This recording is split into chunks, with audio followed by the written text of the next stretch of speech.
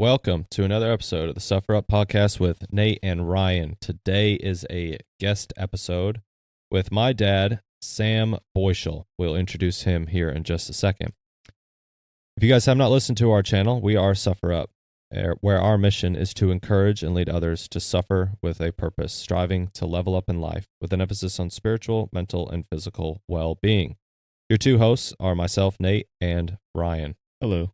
Before we dive into today's episode, we want to give a special thank you and shout out to our sponsor, Soft Sock. Soft Socks. If you have listened to the channel, you are very aware of Soft Sock. However, if this is your first time, they make a compression-fitting toe sock for your feet. We have been wearing them during all of our ultra runs as well as all of our training runs, and we've thoroughly enjoyed them. They're great people, veteran-owned company here in Northwest Florida. If you would like to try out a pair, I promise your feet will be happy. The discount code for that will be Suffer10. So please sit back, enjoy today's episode as we introduce our guest, Sam Beuschel. Sam is my dad. He is originally born and raised in the UK. Came over here while he was in the Royal Army and met my mother, and you will get to hear some of that story here shortly. He is also a knife maker and owns Beuschel Knives, where he makes custom-made knives for that. I'll let him describe most of those details, so please enjoy today's episode with our guest, Sam Beuschel. Mr. Beuschel, welcome. Thank you. Good to be here. Good to have you. Thanks. It's not every day we get an Englishman on the channel. Yeah. Don't really know how to start. There's a lot of things That's to fine. talk about. So you're an Englishman, not in New York, right? Right. Yeah. Yes. Yeah. But I do like that song. Good like that song, right? Yeah. So just go ahead and give us just a quick, for our listeners, give us a quick kind of rundown who you are and kind of where you reside now and some of your hobbies and interests and likes and what is Sam into? And then we'll dive into your childhood. Okay. So we'll reverse engineer it. Yeah. Got it. So currently live in Wisconsin, so I enjoy hunting, traditional archery. I've always enjoyed knives, and then a few years ago, after watching Forged in Fire, got the inspiration to start making them myself. Did the deep dive onto the YouTube channels, and there's so many talented people out there doing some really cool stuff, and I started making knives. So then that kind of grew into a mini business, and then I had to back off from it because it got a bit too busy because I'm a full-time nurse, infection preventionist, so that's my real job, and then the knife making is just a hobby, but really enjoy being outside, and then biking, running, doing those kind of activities as well. And lately I've been running a lot because you, Nate, got me back into it. So if you've been following us on Instagram, a while back, my dad came down to visit, and he had not been running, and we did the leftover 4-miler, and he ended up running almost the entire thing, right? yeah, I think I was the leftovers at the end. Yeah. But no, he got out there and ran with us and did a little race, and he really enjoyed it and kind of stuck with it. So Yeah, I think that was last May. yeah. So you've been running again ever since? Yeah. That's Yeah. awesome. As much as weather permits, I've even been running inside on a track that's extremely boring because you're just running in circles. Yeah. But at least it's something. And then Yeah. playing soccer, of course, which Yeah. is not boring, but About 6 definitely to 10 no. miles a week or so. yeah, I've been trying to do 10 miles a week. Yeah, that's good. Yeah. Nice. I haven't been consistent at that over the winter, but Yeah. I will be this week and getting into the spring back in Wisconsin coming up. So That's awesome. yeah, Spring turkey season's coming up. yeah, that too. That'll You be a put your tags distraction. in? Yep. Yep, good. Yep. Yeah. Turkey Uh, hunting is one of our favorites. Did you get a chance to run with Nate any while you've been in town? No, but hopefully this afternoon maybe. Possibly. And then after the weekend. Nice. That'll be more of a walk. Yeah. But this that's what I weekend. need, like Yeah. recovery. Go So, limp. Yeah. but doing that race down here in Pensacola last year was the first time. This is going to sound like an exaggeration, but it's absolutely the truth. The first time since the Army, maybe the first time ever, actually, that I realized I can run and enjoy it, and it's actually kind of fun. Yeah. Yep. Instead of being made to do it and having a time hanging over your head that you have to make it by. Yeah. So, yeah, you just do it and try to improve on your own Yep. pace and your own distance or whatever. So, Yeah. Yeah. It's always more fun competing against yourself, I think. Yeah. I mean, you're just trying to Definitely. beat your time or feel better than you did last time doing the same distance. It keeps it interesting. And how I- old are you now? 57. So you're 57. how does your body feel getting into running at the age of 57? Good. That's a good question. So part of the reason why I didn't like running especially in my midlife adult years, is it hurt. My knees hurt, my shins hurt. But now that I've been doing it consistently, it does. I feel a little stiff and a little sore at the beginning. But once I get into it, then that goes away because my body's becoming conditioned. But what I forgot, but should have known, it just takes longer as you get older. Yeah. So once I just decided to do it and be persistent at it, and I noticed, oh wow, these pains are going away. Yeah. So that's good. That's a good benefit. Yeah. I think that's what most people's issue is with running. They say, oh, I don't like running because it hurts. But you got to push through that, work through it, and get past that point, and then it doesn't hurt. Then running doesn't suck. Yeah. But everybody's always got the same complaint. Oh, it sucks. It hurts. Yeah. Well, yeah. If I went out and biked 100 miles, that would really suck. Yeah. I don't bike. I'm not cycling. Yeah. So you weren't always a nurse, though, were you? No. So let's go back and kind of we'll just start with your childhood. So tell us a little bit about where you grew up. Yeah. And kind of what that looked like, and then we'll kind of move through all that. Yeah, so I was born in London, St. George's Hospital, Tooting area, actually borough of Wandsworth. I'm getting nerdy, but my mom moved out to the small little town, about 10,000 people, kind of semi-rural town in Norfolk, which is northeast of London. So that's where I grew up. So that's the only home I've ever known in England. And in England, you graduate high school at 16, go on to college for 2 years, maybe 3, and university after that. So it's structured a little differently. So 16 is the normal graduation age for high school. So university is not college? Correct. They break it down between... Oh, I thought university was just what they called college over there. Well, they have colleges within the university. Okay.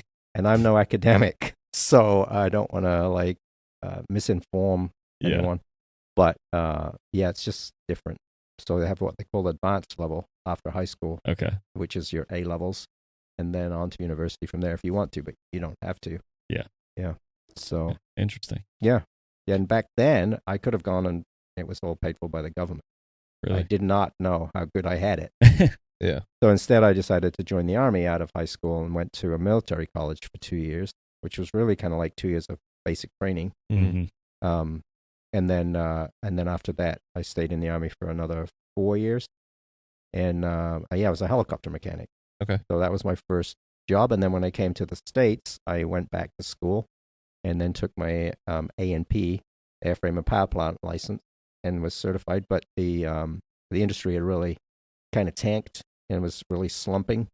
And so I bought a book with all these addresses of all these different aviation outfitters, and applied to about 100 different organizations, companies, from Maine to Washington State to Texas to Kansas, like all over the country, and got maybe 6 replies, and they all said basically the same thing: we're not hiring right now.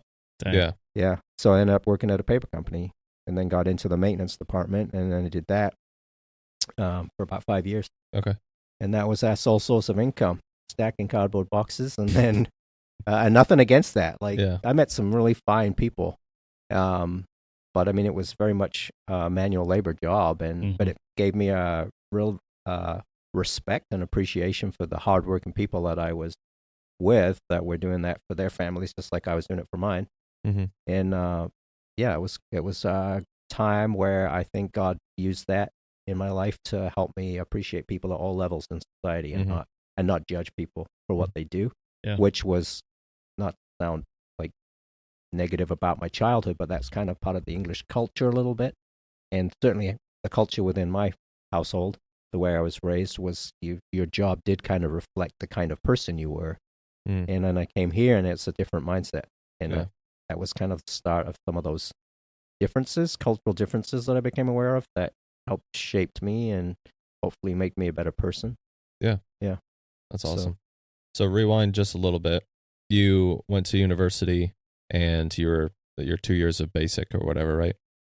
And then you got the job title of helicopter mechanic. Yeah, helicopter technician. They made it sound fancier. Okay, fair. All right. You get paid just a couple cents extra, or a couple pounds extra, I guess, in England. But right. What kind of helicopter did you work on, and kind of what was some of your roles or responsibilities there within the Army? And Yeah, so just airframe and power plant, so just the frame and the engine, no electronics. Yep. And it was the Lynx helicopter and the Gazelle. So the Gazelle was like a light reconnaissance, and the was like a 5-person capacity.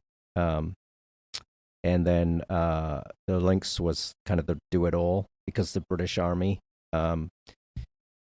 it's a much smaller country than the U.S. And I don't care what military you serve in anywhere in the world, you always think you're the best in the world. Yeah. Whether you are or not, maybe not, it's up for debate, but everybody thinks they're in the best. Right.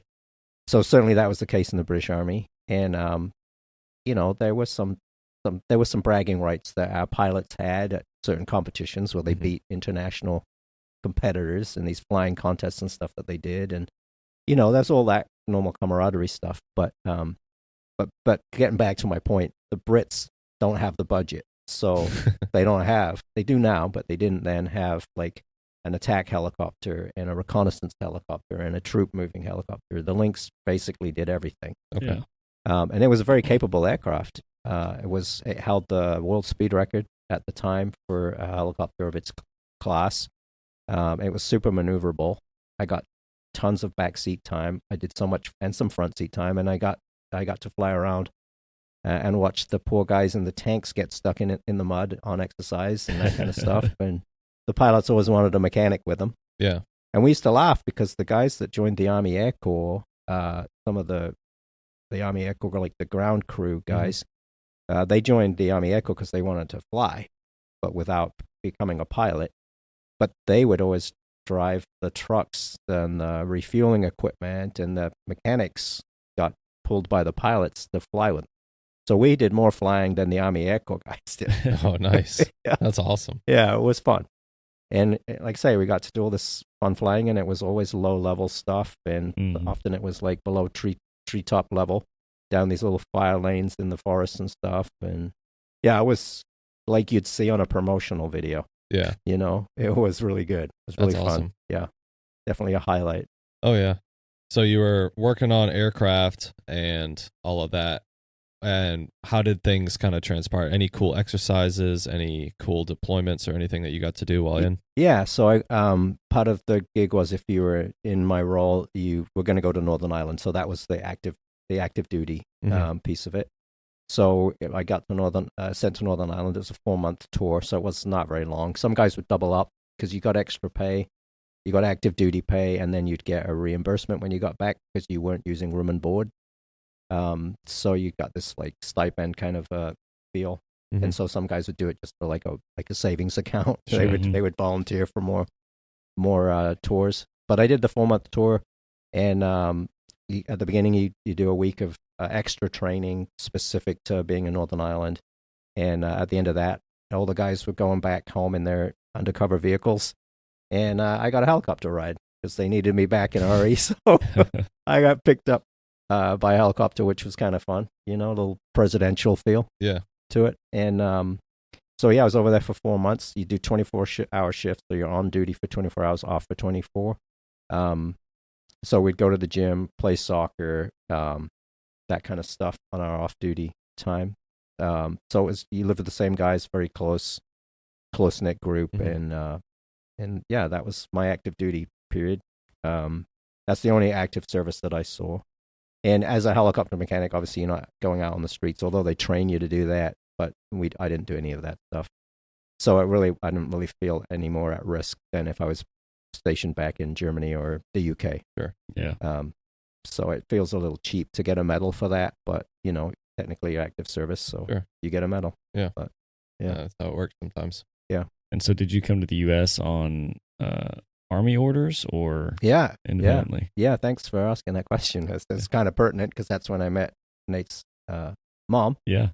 But so I got called up to my commanding officer's office one day, and I thought I was going to get really, really chewed out because I had gone home on leave with the only key to one of the stores in my pocket. Oh.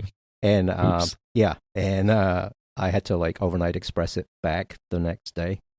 Perhaps there was another key that I just never knew about, but Anyway, I thought I was going to get in trouble for this, so I get called up, and he's like, "Hey, have you ever been to America?" And I was like, "No, sir." Thinking it was going to be like the punchline too, because we're sending you, you're never gonna, like one of those kind of things. And he was serious, so I had to go get my passport, and I'm coming back the same, I ran back to the barracks with my passport, and because they needed it for the make copies, whatever they did, I don't remember, but. I'm still thinking I'm just going to get chewed out. I just don't know yet what's coming. Mm-hmm. And it was just all some elaborate game. Yeah, but it was this exercise. So we came over on an exercise. Spent 5 weeks down in Arizona, flying our equipment out in the desert. Nice. So like desert flying trial ended up being 5 weeks because one of the RAF planes that brought us and had to come back and pick us up broke down. So of the 3 planes that sent the married guys home soon, the first group to go home with the married guys, and then I was a single guy at the time, so I got to stay on for an extra week whilst they fixed the airplane for us. So, which was great because I had met Nate's mom the first weekend, and we just were hanging out like friends, every night after work, because we would get done really early in the afternoon and go back to the hotel from the training grounds, and then Brenda, Nate's mom, would come over and after she got done with her job, and we'd go out to eat, and we'd go out to whatever, movies or whatever, just like 2 people just learning about each other's culture and kind of making friends. And but by the end of the 4 weeks, we were like, this has gotten kind of serious, and we were obviously in love with one another at that point, so that going back really was not easy. Because she didn't think she was ever going to see me again, obviously. Yeah. And I just wasn't. a few miles apart. Yeah. So she lived there in Arizona? Yeah. She had moved there from Minnesota. That was her first job. That is a lot of distance between Arizona and the UK. Yeah. And because C-130s that we flew over and have a relatively short range, so we flew from Yuma to Omaha, Nebraska, and then Nebraska to Newfoundland, Canada. Mm-hmm. So when I was in Canada, we stayed in a hotel overnight. I wrote her a letter telling her my true feelings and everything, and I took it to I posted it from the airport in Newfoundland, Gander, Newfoundland, and she never got it. To this day, she never received that letter. Oh, man. Somebody else got it. Maybe, I don't know. But then when I got back to Germany, I wrote to her again. Of course, no internet back then. Yeah. Yeah. So it was Sounds hard like Canada's UPS is as good as ours. Yeah. Posted it from Canada. That's hilarious. Yeah. Yeah. That was it was a shame she never got it, Yeah. There's good stuff in that letter. Yeah. Yeah. That was a good letter. It was. There's nothing worse than having to rewrite something that you already wrote, because the authenticity of the first one is always better than the second one. That's true. Never going to be the same. So the fact that she still said, okay, this guy's okay after the second letter is a good indicator of that it was meant to happen. I guess so. Yeah. So was there anything else that you guys were doing in Yuma, or were you guys just kind of flying around? That was it? Yep. Okay. Just training in the desert, because they've got desert and some mountains out there, right? Yeah. So you get some of that true, like our people would always go over there and train for Afghanistan. Yep. Because you get the mountains and desert at the same time. And it was a classified exercise, so they told us it would be declassified at some point in the future. They expected that to happen. Yeah. But then if it was, no one ever told me, so I don't know if it's been declassified or not. That's fair. So I'm just going to leave it at that. I'd have to kill you. Yeah. That's fair. Yeah. Well, cool. Way to hold true, however umpteen years later. Yeah. If pictures can get declassified online as quick as they are about these bombs and stuff going off all over the place, I'm sure it has been. But way to honor your word. Thanks. And I mean, it was the Cold War era. Yeah. And I mean, the Cold War is obviously over now. Sure. And there are so many things, I'm sure, on both sides that we know about each other. Oh, yeah. That back then was, secret, but now isn't. Sure. So, but who knows? That's fair. Cool. Yeah. But it was really fun. It Oh, was a really good time. Cold War era, so you guys were friendly with the U.S. by that point. Yeah. Yeah. Yeah. I think so. Yeah. I think so. Although one of the first things that got said to me when we got off the airplane in Yuma, Arizona, by some of the like security staff there at the base that we landed at, was comments about 1776 and I was just kind of like, what are they talking about? Yeah. Like what are they referring to? Yeah. Kind of, I was pretty ignorant actually on U.S. Independence history. Not surprisingly. Yeah. What do they teach you in England growing up about the U.S. and how we got here, or do they just not even Nothing. really talk about it? Nothing. Okay. Yeah, no. It's 'cause I had a you very just poor won. history lesson, history because we education. That's interesting. Yeah. it's History funny, is written yeah. by the victors, right? Yeah, that's true. We'll talk about the successes of England. Yeah, that's funny. Interesting. So then, share with us, because around that time, having kind of already known the story, of course, because I'm your son, but Cheater. I cheated. I have the answers to the test. We're going to test him later, Ryan. Okay. I don't think he remembers as much as he's suggesting. When did Good. you become a U.S. citizen? 2000. 2000. Yeah. Okay. Nice. So you met Mom. You went back to England. Yep. Yeah. And then there's a big part of your life that happened during the next 4 years, right? Yep. You want to kind of open that up on what kind of happened, transpired through that? Yeah, so meeting Mom, dating long distance for 15 months, and then we got married. Mm-hmm. And I had to 15 come up. months all by letter, right? Yes, yeah. Yeah, we had a... no internet, no phone. Right. Wow. So we got together a few times through the year.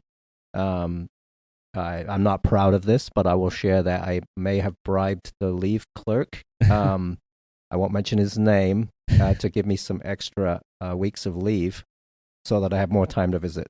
Wow. Because it was all paper then. There was no Yeah. computer thing. So if someone forgot to document the time off that you had already had, you got to keep that time off. Yeah. That's a pretty good deal. Yeah. So, yeah. You But weren't anyway, doing it to escape the army. You were doing it for right. It was the for love of love, your life, right? you know? So that's That's rational. It's all right. acceptable. Yeah. Yeah. Thank you. Yeah. Anyway, so we dated long distance, a few trips back and forth. Then came over to get married, and in that time, I realized that we had a strong relationship. And 35 years later, I think that has stood the test of time. But decided to get married. It was the only way we could be together because of the visa requirement. For me to live in the U.S. anyway. Okay. I was going to say, so Yep. does that mean she got to come back with you or you got to stay here? Right. Yeah. So the plan was for me, because I was leaving the army anyway. Okay. The plan was for me to come here. It made sense. Mm-hmm. Although many years later, she did tell me that she would have happily moved to England. So that could have gone that way. But at the time, I just assumed she didn't want to. Yeah. And communication is everything. But I mean, the thoughts of coming to America was like getting to live in a movie, right? Because most of the movies in the world, it seems I mean, like I think you made the right choice. Thanks. Thank you. I do too. Yeah. Especially when you see the state of affairs now. Yeah. This many years on. But so I had to get the visa approved, which was a K1 visa to get married, and then you either get 30 or 90 days in which to get married after you've entered the U.S. So they stamp your passport when you come in, and we got married. It must be 90 days because I came here February 28th, 1991, and we got married March 30th. And obviously that's more than 30 days, so it must be a 90-day window, or it was then. And then you have to go back to the immigration office, prove that you got married, and then you have to go back a year later and prove that you're still married, and then you have to go back 5 years later and prove that you're still Wow. married. I didn't know that. Nope. So this is how you do it legally. Correct. Yeah. So, and you have to, in order to get the initial visa, you have to have blood work done. And so I had to have blood work done in the UK and a chest x-ray. And I think that was primarily for HIV screening and TB. And then when you come here in that 90-day window, you have to repeat those tests. Wow. As I recall. But I remember definitely going to the doctors again after getting here. And I'm pretty sure they did lab work and an x-ray. So that's just like confirmation that nothing's changed. And then that's it for the medical stuff. But then you just have to prove you're married. And then at 5 years, if you meet the requirements, that they accept that that you proved successfully that you're lived here, held a job here, or that you're still married, they grant you permission to apply for citizenship. Wow. And then that's quite the process. Another process on top of it. Yeah.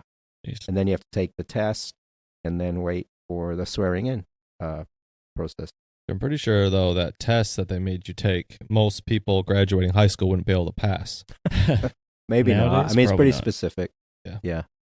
sidebar on that note of kids in high school nowadays, kids in college too. I was at the UWF pool, which is our local university here. I was at the pool sitting in the sauna the other day, and a lady came in. There was a college-age girl already in there. A lady came in and said, can I sit here or whatever? And the girl's like, yeah, I'm going to be getting out in a couple minutes, but I'm not sure how long I've been in here. And she looks out the sauna door. It's a glass door, and you can see a clock right there on the wall. It's just a standard analog clock. She goes, I don't know how to read that thing. And the lady proceeded to try and teach her how to read an analog clock. But that whole interaction just blew my mind that a college-age adult doesn't know how to read an analog clock. Yeah. Wow. Have we That's come shocking. that far? Wow. That's scary. It was scary. That Yeah. is. So, yeah, I don't know if they'd be able to pass an immigration test. They can't even read a clock. What time is it? Yeah. Yeah. Wow. Well, I think part of it is that it's very specific. The questions are quite, specific. Yeah. That you maybe wouldn't like to learn in school anyway, but I bought the book on how to pass the U.S. citizenship test. And actually, when they gave me the test to do, it was like 10 questions.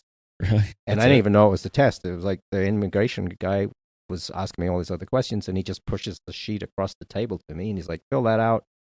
And I start just answering the questions, which, I mean, if he was trying to like de-stress the situation, he did really well at it, because I was like, okay, this is weird. And then I'm thinking, when's the test? And I wasn't even like connecting the dots that this was the test. Pre-test questions. Yeah, I could have been, and it was like on a piece of paper that had been photocopied 1,000 times, so it was like you could hardly read what the questions were. But then he takes it back and he looked at it and said, okay, you passed the test. And I was like, oh, cool. Which part? What a relief. Yeah. That's Because cool. I was obviously a little anxious about it. Yeah. As I am about most Expecting things. this 100-question test, Scantron level. Yeah. Yeah. Yeah, like a ACT room with or whatever, door closed, the clock ticking, Empty you can hear your everybody pockets. breathing. Yeah. Clock that you can't read, ticking on the wall. Yep. Yeah. Exactly. Oh, that's perfect. So then you became a U.S. citizen. Yeah. And that would have been in 2000, you said? 2000, yeah. Yep. In Wisconsin. I got sworn in the Milwaukee City Hall as opposed to the federal courtroom. I remember that because The outlaw biker trial was going on at the federal courtroom. Yeah. and the Emily got her head stuck in the courtroom. That's a good story. What? Yeah, go ahead. Yeah. Well, so it was this old wooden ornate courtroom with like a gallery on each side Looked like that something faced off a each other. movie. I remember it still. And then the judge sat kind of equidistant in the middle. Yeah.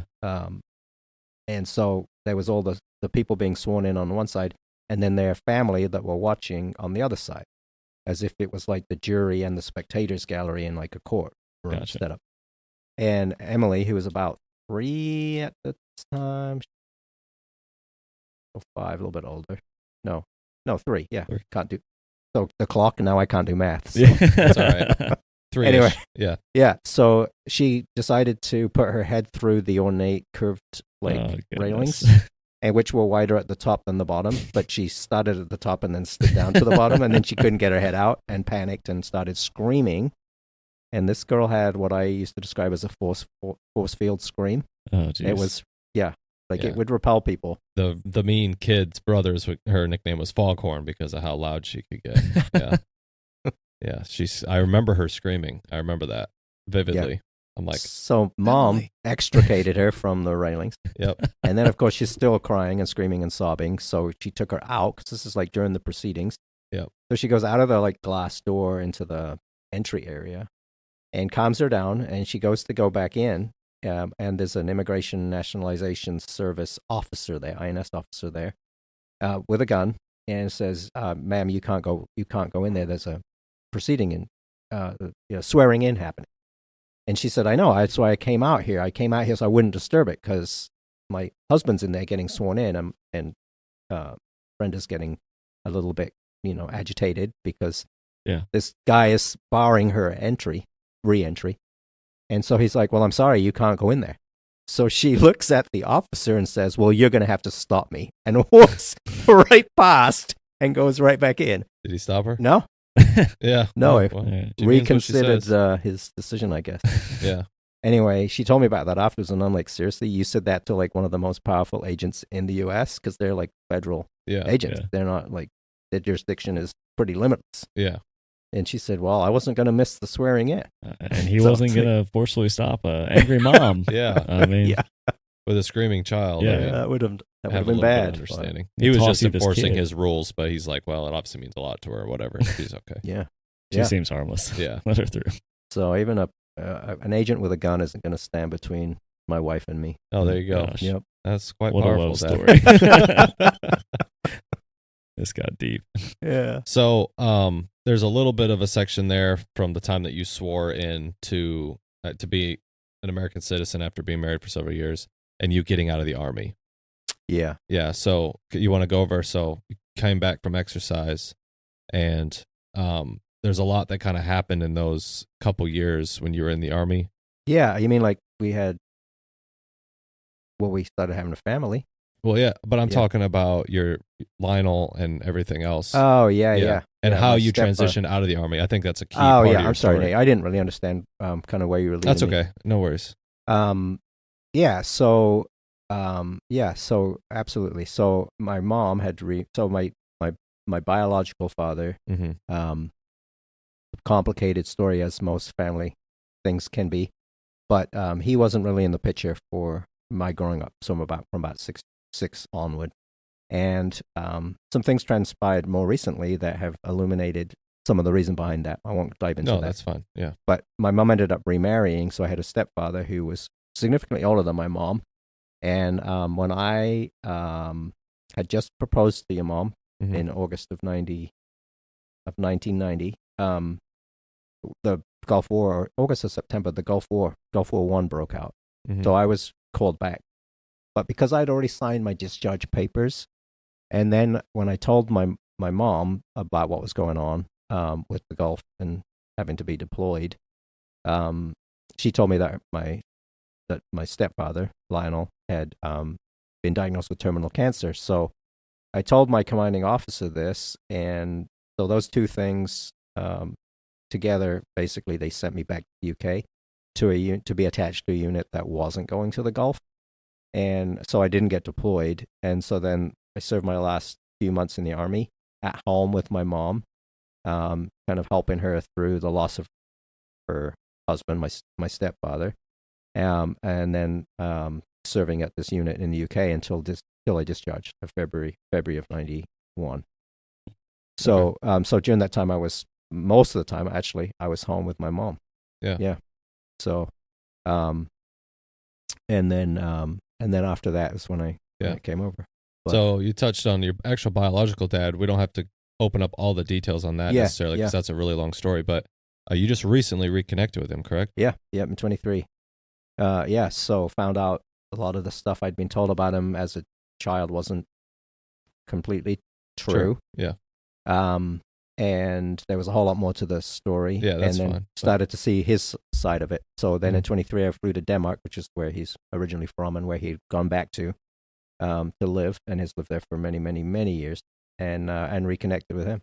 How did it feel reconnecting with him after It all was those years? it was really surreal because it was someone I hadn't seen for over almost 50 years, Mm-hmm. but yet I recognized him and felt like he was my dad and felt like connected with him, and I remembered him because I was, like, say, about 6 or 7 when he left. So you remember those childhood memories. Yeah. And so it still felt like the same person. Yeah, it was really, really quite surreal. And it was hard for him, too, Mm-hmm. because, I mean, I kind of only imagine not really having been part of your child's life for that long, but wanting to have been. Yeah. That must be a terrible thing to go through. And that was really why I went back to repatriate with him, was more about trying to give him a gift than it was about trying to receive a gift. Yeah. Because obviously you can't have those years back when we both feel that loss. Mm-hmm. But we both now feel connected to one another. Yeah. Yeah. That's really cool. And you learn so much about yourself when you know who your parents are. Mm-hmm. You know, just your own little quirky character traits or whatever. Mm-hmm. Like, oh, that's my mom. Oh, that's my dad. Yeah. You know, when you know your parents, you know more about yourself. Mm-hmm. That I was missing more than I realized I was missing. Yeah. Yeah. There's a little bit of probably like understood forgiveness there with the reconnection. Yep. And I just thought that like I said, I'm not trying to pull a ton out of that story, but just I thought that was an integral part to kind of Yeah, your childhood absolutely. kind of coming to a nice closure there. So I wanted to Yeah. capture that. And I mean, it was the death of my stepfather, and that what was I going to say? I was going to say like that kind of transition of going from that happened at a time of transition is what I'm trying to say, and just the spiritual aspect of that, because I went from thinking I was going to go to the Gulf and not knowing what that was going to look like, and that was kind of scary. You think about potentially dying, in a war situation, and so you start to think about your own mortality, and then my stepfather died, and obviously, again, you're faced with the realities of life and death, and that we don't live forever, and at some point we're going to die, and that could be sooner rather than later. And so God used that in my life to lead me to Him. Yeah. That's where I was going to go next. Yeah. Like during that time is when you came to the Lord. Yeah. Right. Exactly. Yeah. And it was that in the background, but also I was around my mom is a born again Christian. My sister is, and then their friend group. So I was hanging out with the friends of my sister, and they were witnessing to me, and they were pointing out verses to me like, I always paraphrase, I'm always ashamed of this, but, seek the Lord at a time He may be found. And then backing that up with an explanation of, God will call you, but He's not going to call you forever. He gives you those opportunities in life, but you don't know when your last opportunity will be. And no one comes to the Father, or no one comes to the Son, but that the Father gives Him to the Son. The Father does the work. And those that Jesus has are those that God has brought. Yeah, and so although we go to God through Jesus, it's God's work, the work of the Holy Spirit in our life that draws us. We can't just make it happen on our own. We have to seek the Lord, but He is the one that has to bring us to that place where we can be saved and can repent. So God was really at work in my life through these people and through their prayers. And then when I did get saved, so many people that I was then in like Bible studies with and started going to church with were like, "Oh, we've been praying for you. We're so excited," And it was just like such a confirmation, like of how God works. And yeah. But I grew up learning the truth of the Bible. I grew up learning about what it takes to be saved, what is involved, that Jesus died for my sins. But I remember saying this, like I had always hoped that when that plane was burning and heading towards the ground, that I would have time to just say a quick confessional prayer and be saved before I died. But in the meantime, I could just keep going on with the, life I was living of drinking too much and those things that you do when you don't have a reason not to. Yeah. I guess. Maybe I didn't say that very well, but you know what I'm saying? No, I was living for myself, not for Christ. Yeah. Was that before or after Lionel passed? That was after he died. So he never saw me saved, which is a shame because he had gotten saved later in life. Yeah. And I know he was one of those people that were praying for me too. Yeah. So. Well, God works all things to His glory. Yeah, absolutely. I mean, yeah. I don't think your stepfather had to die for you to come to Christ, but I think that He used that circumstance to help lead you there. Yeah. That's cool. Yep. I mean, I'm sure if he's in, which I know he's in, I'm sure he's in glory with God. He's in heaven, and I'm sure that He knows I was saved from being in heaven with the Lord and with the angels rejoicing when people are saved. So, I mean, yeah. Absolutely. Was Nate's mom a Christian when you met her? Oh, yeah. So that's like the most miraculous story because when we were dating, and I mean, I was not a Christian when we met, so I wasn't like praying and asking God to lead me to the right person for a life partner. But yet He led me to the right person for a life partner because we never talked about anything spiritual. And we talked about a lot of stuff like children and did we want to have children and how we would raise children and like those kind of like dreams and ideals and things, major life things. But we never ever talked about anything spiritual during that dating period. And then around after Lionel had passed away, and I was on a phone call with Brenda, and I told her, I said, I was at the doorstep of accepting the Lord, and like I was feeling convicted, and I was feeling drawn, and I was feeling the guilt of my sin, and that feeling of I can't go on like this, and I was at the end of my rope. And I remember telling Brenda that, hey, I'm thinking about becoming a Christian. And then almost, like holding the phone away from my ear because I was like afraid of the reaction I was going to get.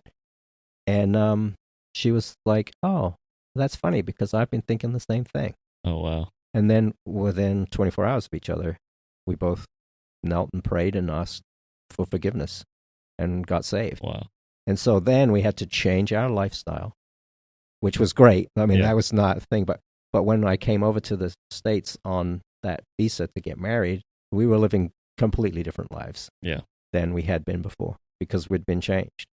And that transformation was very obvious. So it was hard to cohabit because out of necessity we had to. Yeah. But our wedding was a month away. So we had to like build in some safeguards there. Yeah. To keep that kind of physical separation. Yeah. Mm-hmm. But we did, praise God. And so we were both married as Christians, and what a blessing. Yeah. Wow, that's fantastic. That's so powerful that you guys came to that conclusion separately, but then did it together in a way. Yeah.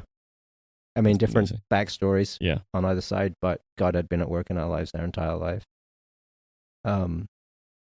Her great uncle and family, who were Christians who lived in Washington, had prayed for my wife, who was being raised in a very non-Christian home. So again, like God preserving those that He preserves, and the result of power of prayer, right? Yeah. And so that changed her life and made her question things that she was taught about spiritual things, and made her have some spiritual mindedness, because she's so unlike the rest of her close family in her beliefs and that kind of thing as a child. Yeah. And she said, and people have said that to her, and I've said it to her, and I've had other people ask me the same thing, like, how is your wife so different? Like, how is she so different than the rest of her immediate family? Well, because God had His hand on it. Yeah. Mm-hmm. Yeah. Wow. So, yeah. That's awesome. Thanks. Yeah. That should have been the story I led with. No, that's okay. I was trying to get it out of you. Like, it's fine. We got it now. So yeah, I'm a little clueless. No, that's okay. I mean, when you sit down in front of a microphone and you try to tell your life story, so to speak, it's hard. So it helps that I kind of know the story, and it worked out perfect because Ryan asked the questions I was going to ask, and he does not know the story, so it worked out perfect. I'm naturally curious. Yeah. Thank you. Yeah, you entice the curiosity. So, but I understand the blankness. We had to record my episode about me twice because I sat down here and just like left out half my life. Yeah. Just a mic fart. Yeah, I've never done anything like this before, so definitely new. You're doing a great job. You're doing great. Yeah. Thanks. But we're not done. All right. So, but wait, there's more.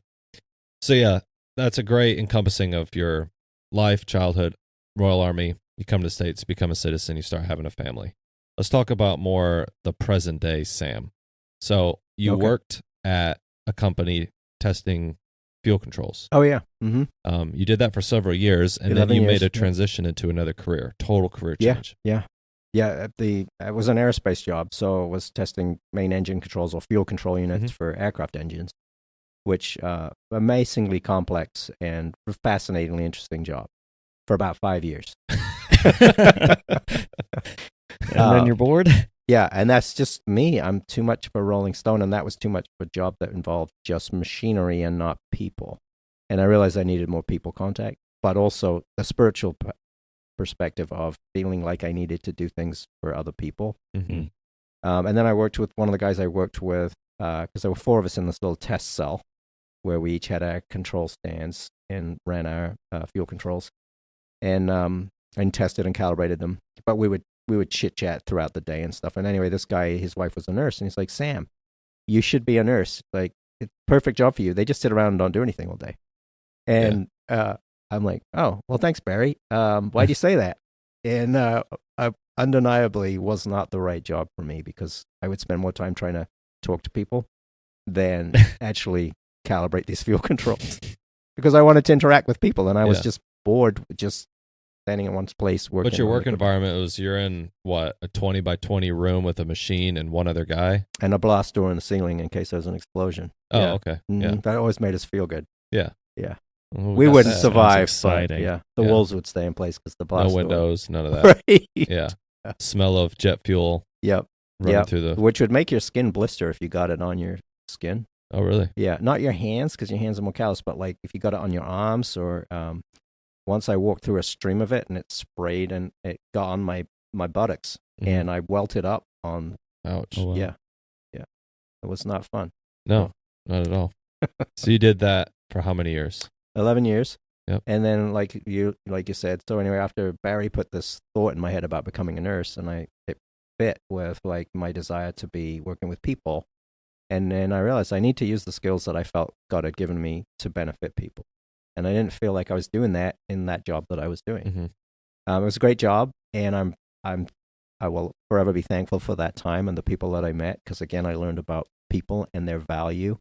But so I started going back to night school to get the classes I needed to be eligible to do nursing clinicals, and that was about a 5-year process. And then for 5 years of 3 semesters a year, was taking 1 to 2 classes until I got everything in place, and then I got into the nursing clinicals, and I had to quit my job. And Mom had gone back to school, got her master's degree to move up the pay scale as a teacher.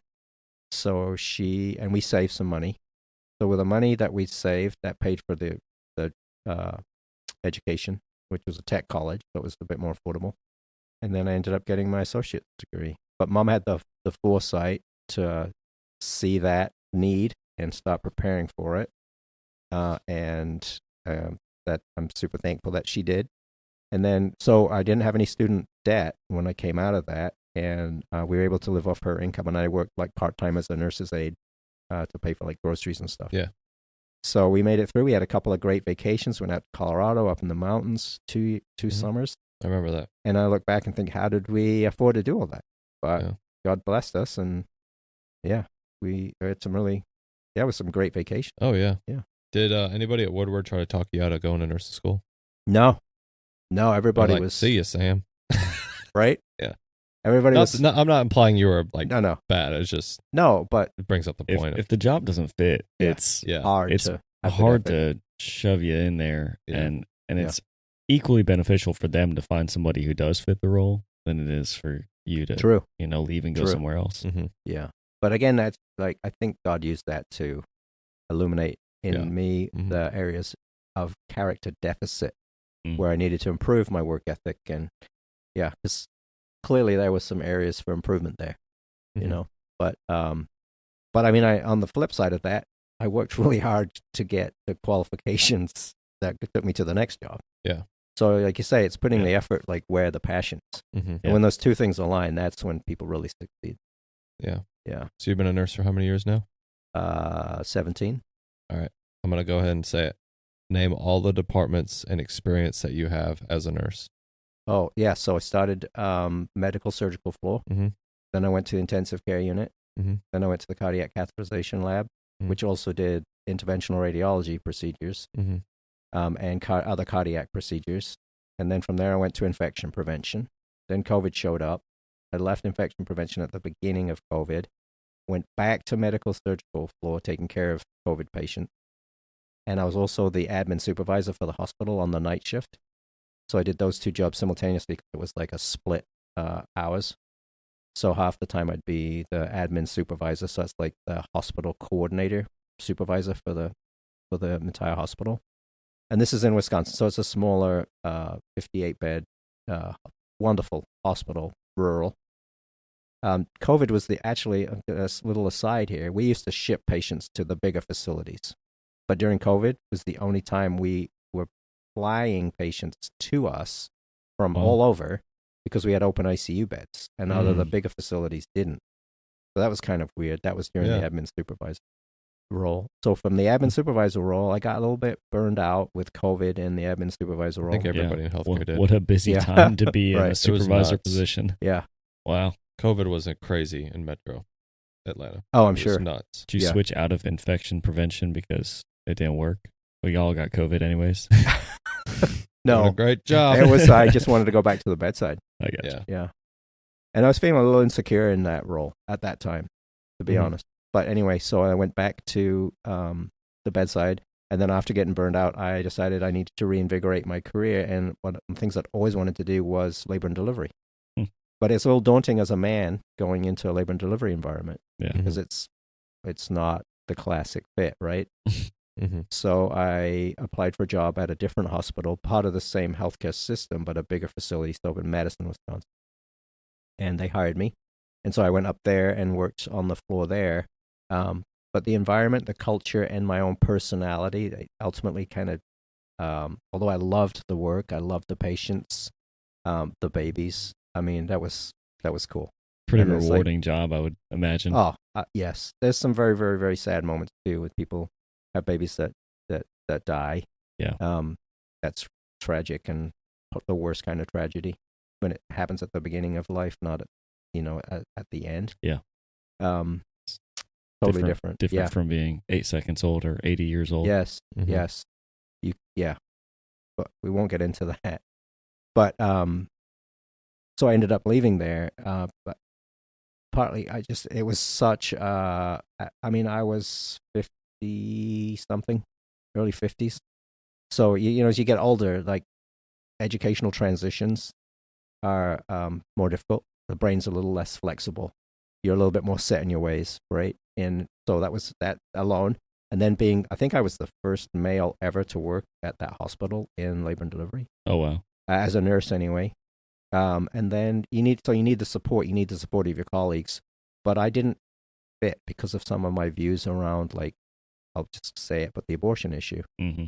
And when I would ask questions, because I was really seeking to understand abortion from the medical perspective. Mhm. When we talk about the medical necessity of ending a pregnancy, I Yeah. wanted to know what that really meant, what that really looked like in true medical terms, not politically veiled terms that we are used to hearing. And no one can answer those questions, or we're not willing to. But in that process, I revealed a lot of my beliefs about abortion.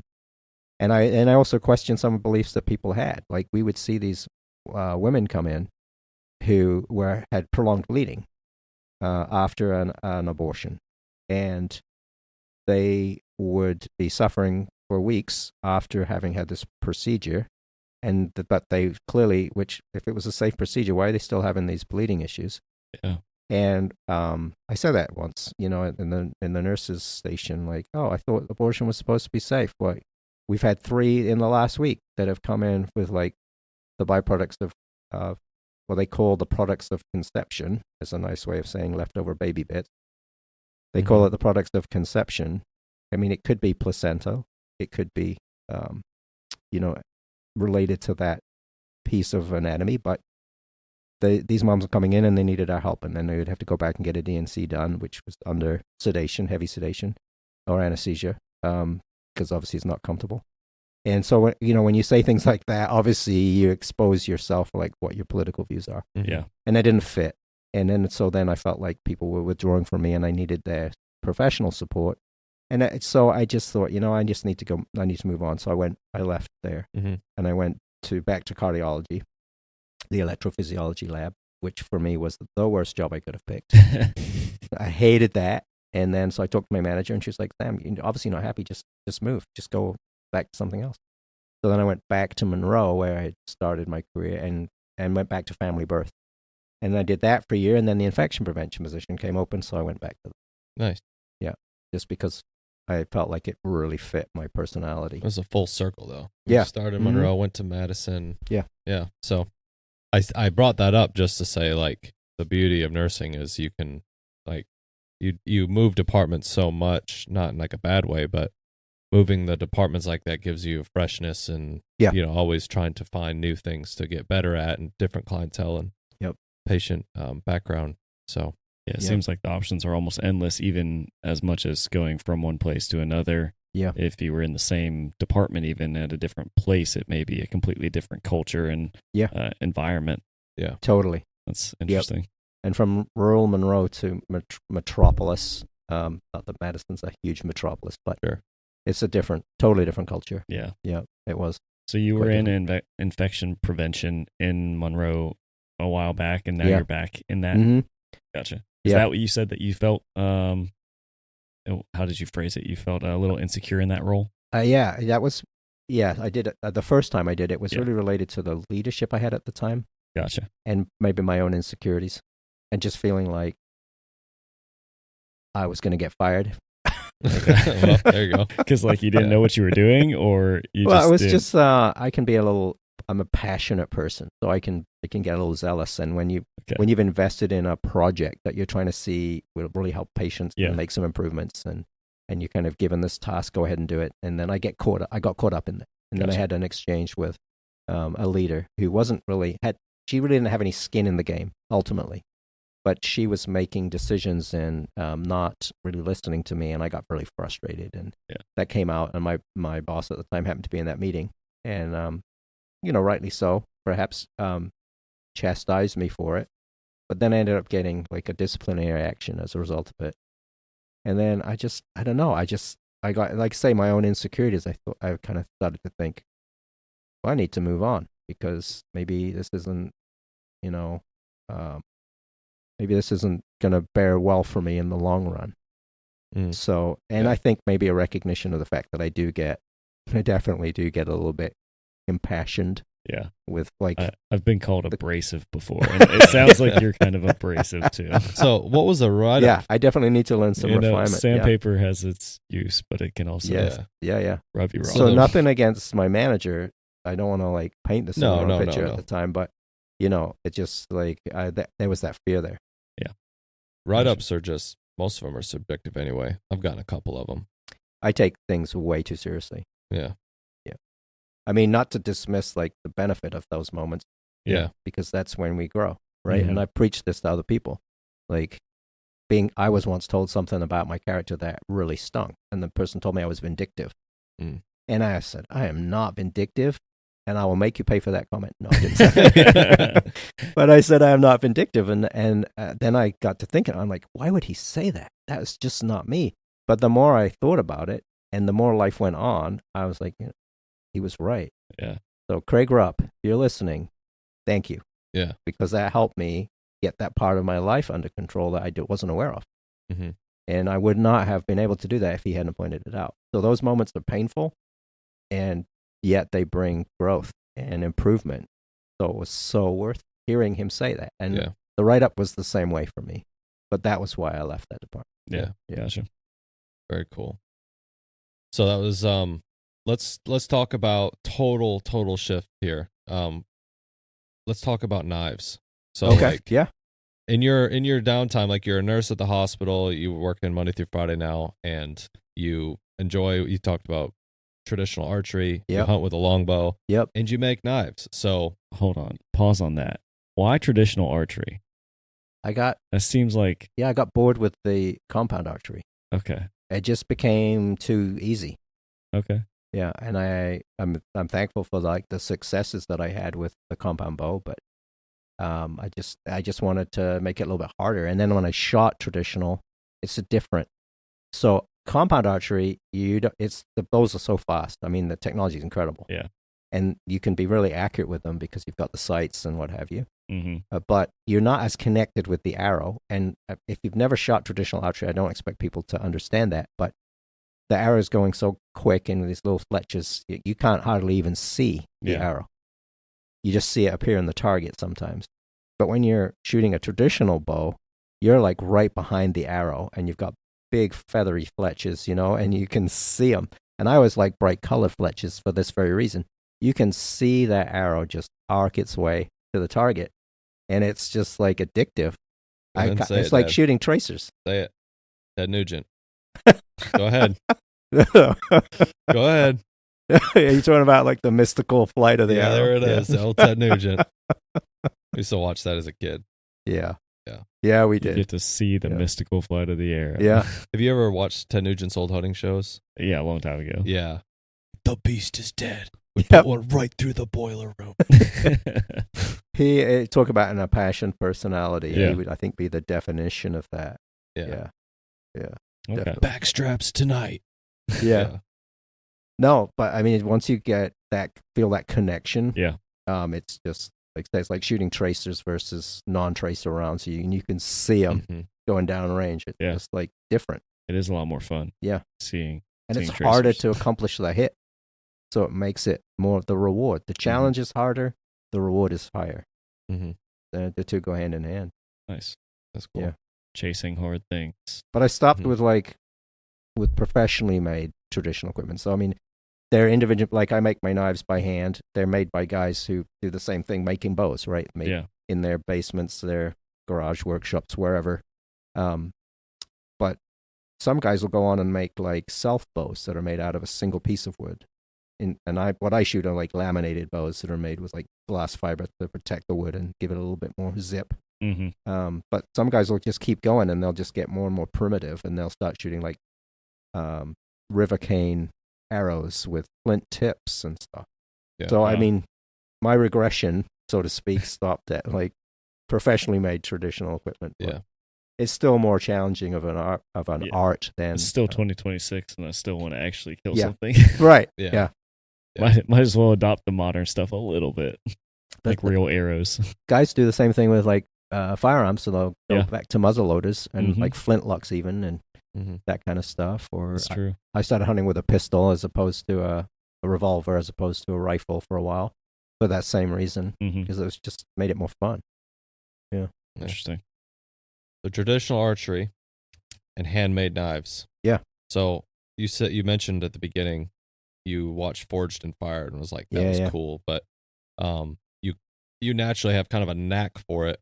I mean, like I have one of the first knives you made. What, 3? How long have you been making them now? 2018. Yeah. Yeah. Okay. So it's been a few 8 years now. Yeah. Yeah. So you've been making them by fast. So you can almost say you're an expert level now. 8 years. Well, thanks. Yeah. I would never say that about me because there are some guys out there who just blow me away with their skills. Yeah. It's like next level and then some. Yeah. And I don't know if anyone's listening and is really into like the knife art. People like Kyle Royer, they have YouTube channels. I mean, his knives sell for thousands of dollars. Yeah.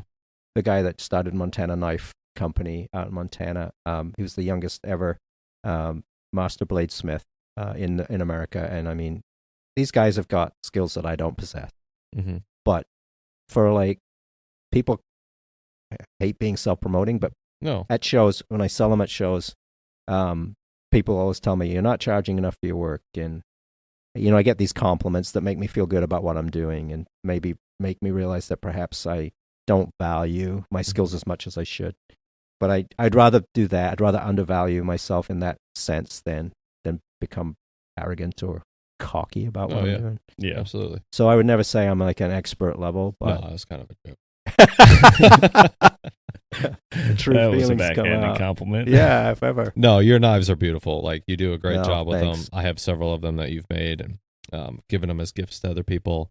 And I mean, what's cool about your process versus other people is you genuinely encapsulate a custom made knife. Like thanks.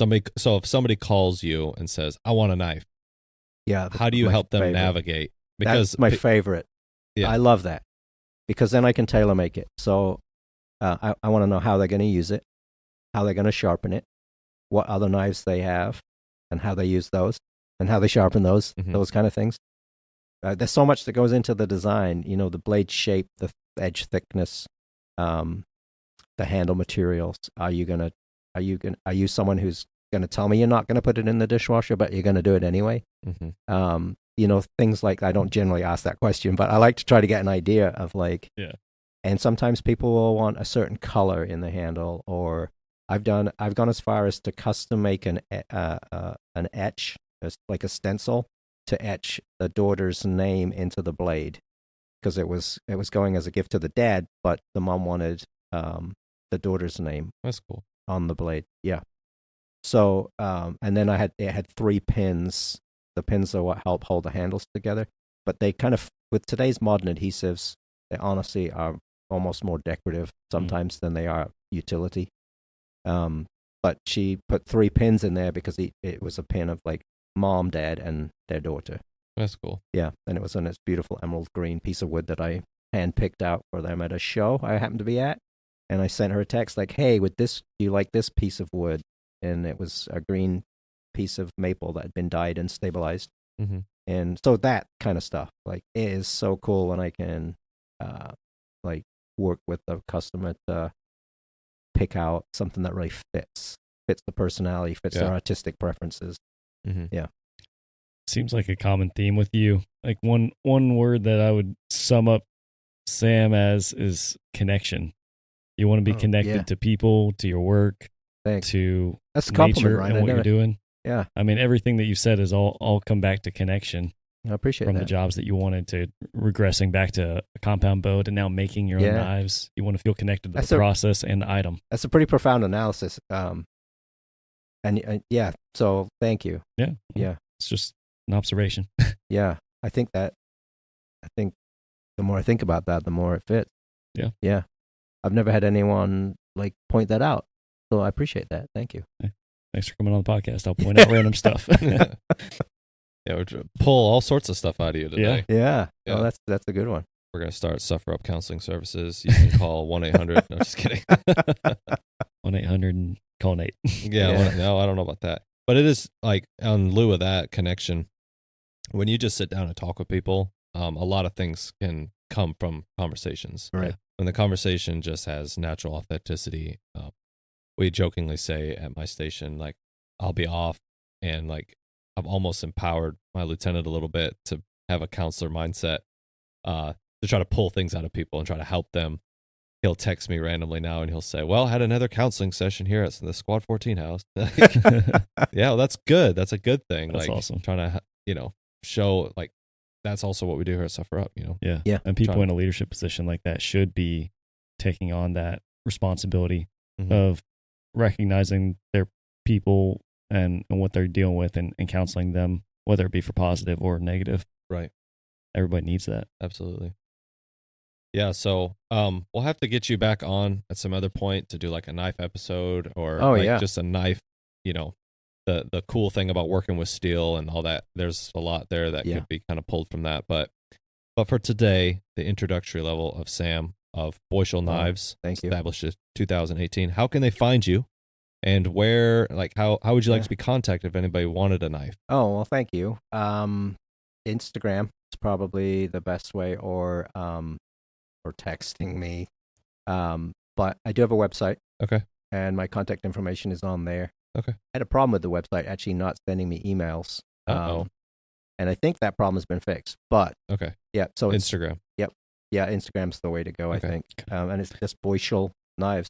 Cool. BEU. Sweet. And I will attach that to the show notes here on the podcast. But before you go, you guys heard it today, though, before you say whatever you were going to say. He's currently undervaluing his knives, so get them while it's good. Get them now. Get them while they're hot. Get them while they're cheap, Yeah. Yeah. No pun intended with hot. Mention the Suffer Up podcast, and I'll definitely work a deal. Yeah. We did $5 off. There you go. Perfect. Yeah. We did a giveaway of one of your knives. One of Free our photos of Nate as a child included. Oh, don't do that. Don't do that. So, but thanks so much for coming on, Dad. We appreciate you. Yeah, my pleasure. And we are thankful that we were able to kind of share some of those things. We typically kind of end the podcast with a question, but you kind of almost hit it, but we'll ask it again. You go ahead and ask it, Ryan. You're always the one to ask it. Yeah. I mean, you have kind of talked about some of this, but I want to hear what you actually answer it. So, is there a time in your life where you suffered or you went through a challenge and you came through the other side and you could look back and say, yeah, that was for a purpose. It ended up being beneficial. Yeah. So I think my answer to that is that kind of the theme in my life. I think that when those times of difficulty and struggles have happened, I haven't at the time realized that that really was what I was going through. I didn't recognize the purpose at the moment that was happening, which is probably common for people in general. Yeah. Hindsight's 2020. Yeah. Absolutely. But I think one of the things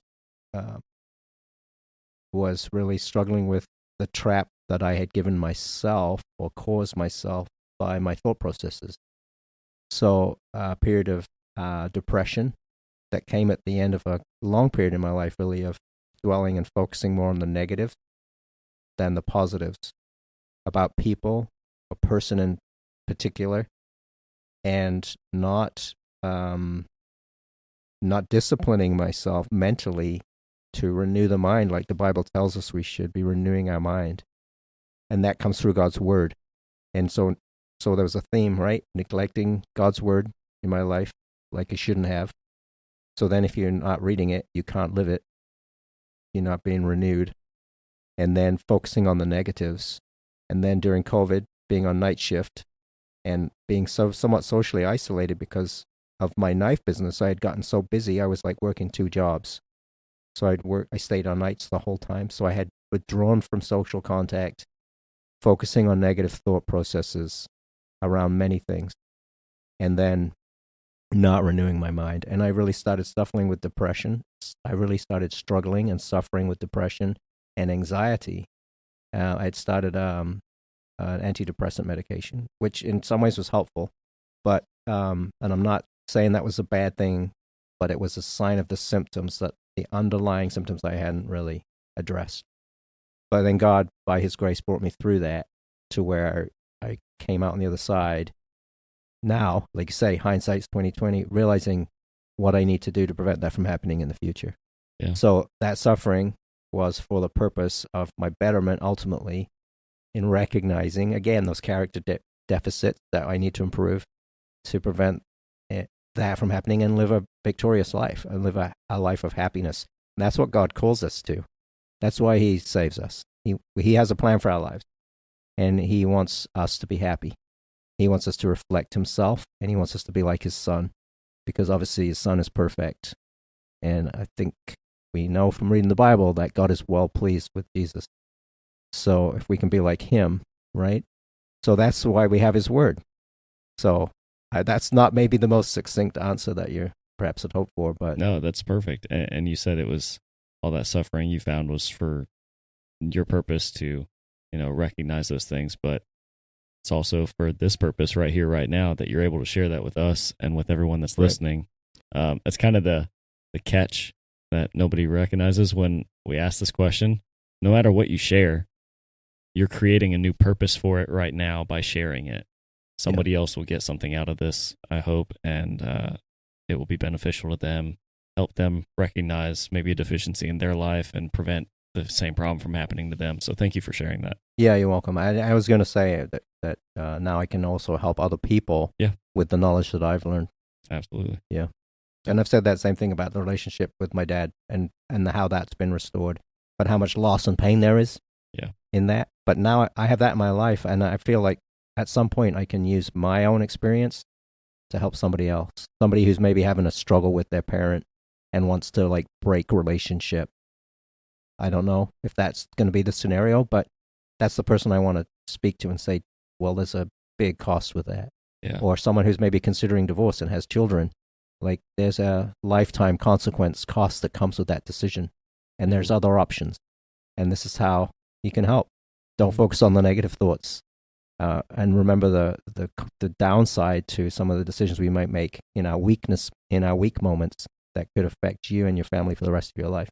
So, yeah, things that I've been through, I hope I can use to help others. Yeah. Very, Really very good, much so. Dad. Thanks so much for coming on with us and My pleasure. sharing some of your backstory. Thanks for having me. Yeah, absolutely. We're going to make sure that we have Beuschel knives in there. We're going to make sure any other contact or any other information you want, we'll have it all in the show notes for you. So you can share this with your circles. So thanks. Thanks again, guys, for tuning into another episode of the Suffer Up Podcast with Nate and Ryan, as well as the guest today, my dad, Sam Beuschel. Again, you can find him on Instagram, Beuschel Knives, if you just like to talk with him and make a connection. Or if you'd like to purchase a custom-made knife from him, he'd be happy to serve you in that way. Thanks again, guys, for tuning in. You guys stay tuned every Monday for a new episode. We love y'all, and as always, suffer up.